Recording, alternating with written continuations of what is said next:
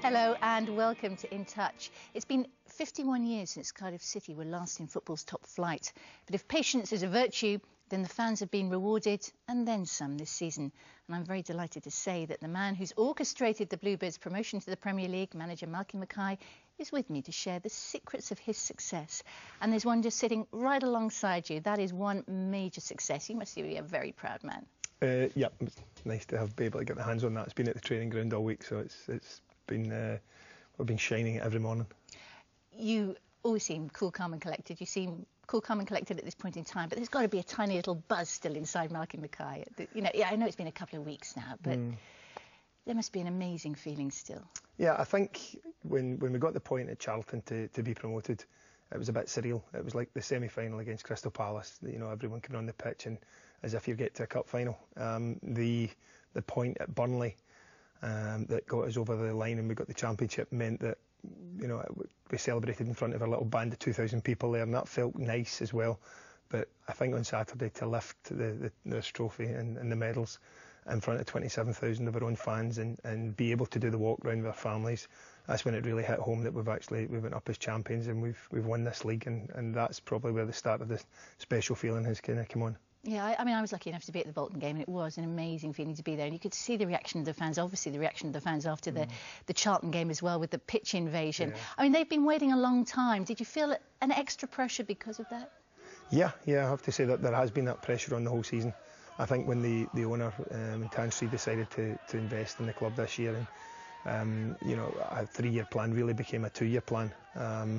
From that point onwards, the local media and the fans really all season have been talking about let's try and get promoted. And as the season's gone on, the longer we've been at the top, I think the fact that, you know, since 24th of November and then 5 months we've been at the top, that pressure then builds. I suppose the expectation builds, but the excitement, the nervous excitement from the fans thinking let's just hurry up and try and get this over the line here, that brings its own, I suppose, little bits of pressure round about every press conference that you go into.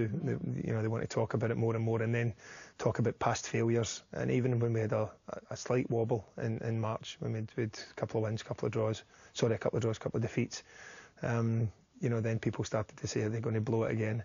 Does that make you angry? No, not at all, not at all. It's human nature. It's what fans should be discussing in the pub. You expect the local media to query and question things, so not at all. What did make me more resilient and more strong in terms of my staff and how we were going to manage through that, because players are human beings like anything else, and they're going to have frailties inside them. What they have is a great mental strength this season to be top from that point almost for 5 whole months, and through setbacks come back quickly and keep a distance between yourself and your rivals. Shows great character to that group of players there. But as far as I was concerned, it was about myself and the staff making sure that we cocooned them from any of that pressure, and that comes to bear on me and to an extent the staff, but never getting through to the players to give them the best chance they have.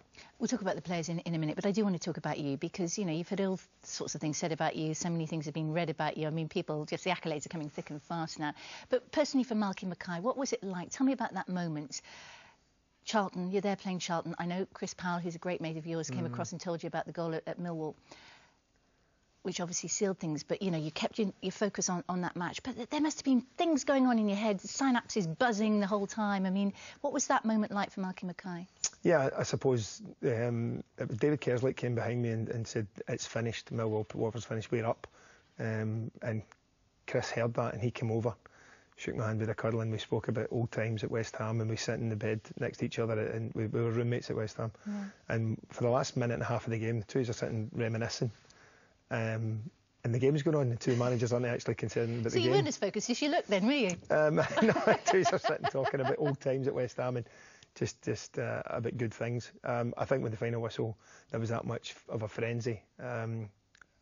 I had to get off the pitch quickly, and as did the players and stuff like that. So we were in the dressing room celebrating, but it's only later that I got to see that, which I think will become an iconic photograph of that pitch full of people without a blade of grass to be seen, and the stands full of people celebrating that moment.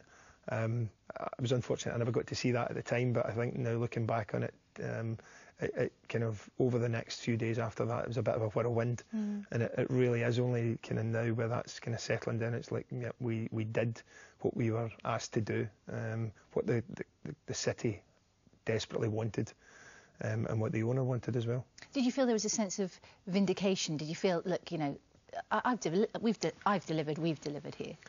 We've delivered.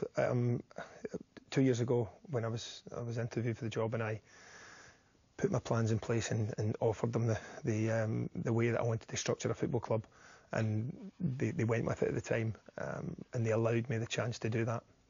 So I'll be forever grateful for that. Last season was always a rebuilding programme, and it gave us a little taste of hopefully what was to come with the Carling Cup final, with getting to the playoffs.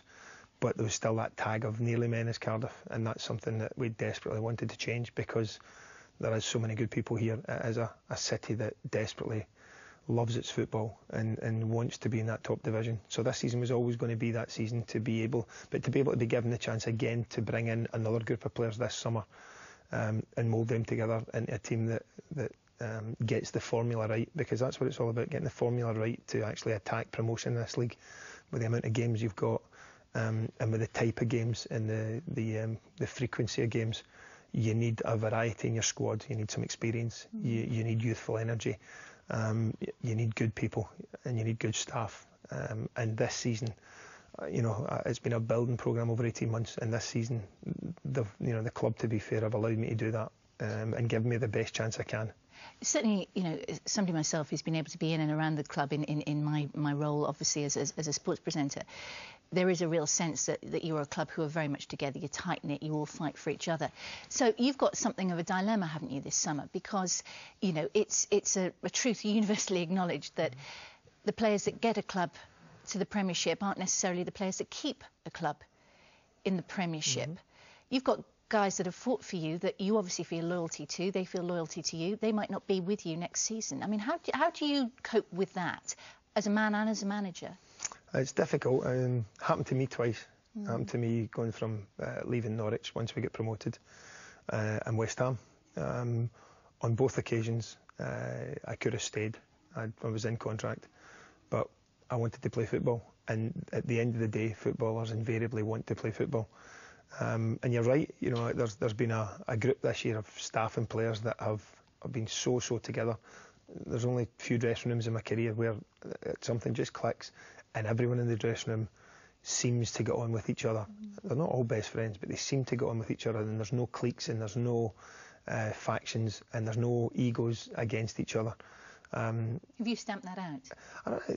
I think you can try to stamp that out, but in reality, just try and get people in that aren't like that. Initially, I think I had to come in and there was certain, I suppose, disciplines and respect that I wanted for everyone to show for each other and staff. And then you soon find out people that can't do that on a regular basis, and those are easy decisions. Those are the ones that because if you look front and centre about for the good of the football club, this has to happen. Well, it's easy to make these decisions then. And if people don't respect each other and don't respect what they're being asked to do and don't be totally professional, everything that I want to do and how I see and my staff see the club going forward, it's easy for them to go. Then if you hire good people and if you recruit good people, it makes it much easier. It really does. Our doctor, Len Noakes, he's the guy that has that first day with them, because he takes them about the whole day doing the medical with them and stuff like that. And we had a drink the other night, and he was discussing the recruitment of the last 18 months in terms of 2 years, in terms of the players that were brought in. And to a man, they've all followed the same line in terms of being well-mannered, decent guys. And I think if you've got a good starting point, they're good people. They need to be good players. There's no reason they're coming in. But good players and not a good person, for me, too many of them doesn't suit a dressing room. No, and obviously you have built a dressing room of the sort of players that you want, the sort of players that have followed in your ilk. So I wonder, though, although it's always got to be for the good of the club, what do you do when you're sitting down in front of a player who wants to stay with Cardiff City, who wants to play with Cardiff City in the Premiership, but actually doesn't fit in with your plans?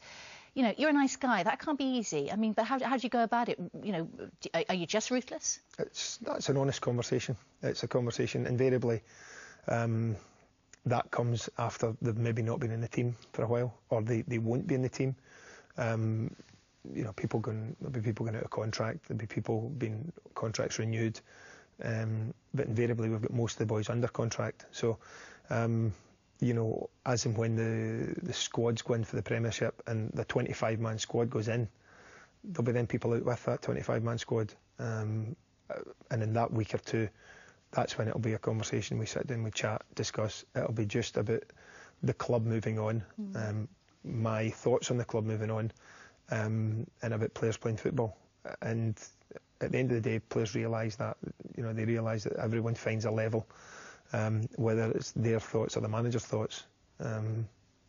Decisions are made, and their career has to kick on. And most people don't like sitting in the reserves for a year, and would rather move to somewhere else to actually get first team football. And I was the same. I was the exact same. So, as far as that's concerned, again, for the good of the football club, you look at it. But as long as you're honest, and as long as there's a communication, there's no point in ignoring people and praying that they don't come and chap your door. I think it's best to actually front things like that up. Be honest, be open. It's only my opinion, but it's the one that counts, unfortunately, for them. And at least it gives them the clarity to decide what they want to do with their career. Yeah, absolutely, and being fair with them. We're going to talk much more. I know we're talking there about the people that might not be with you. We'll be talking much more about, hopefully, the people that might be with you next season. So we're looking forward to that. We're going to disappear for a bit, though. But don't go away, because Malky's not going anywhere. We're going to be right back after this break.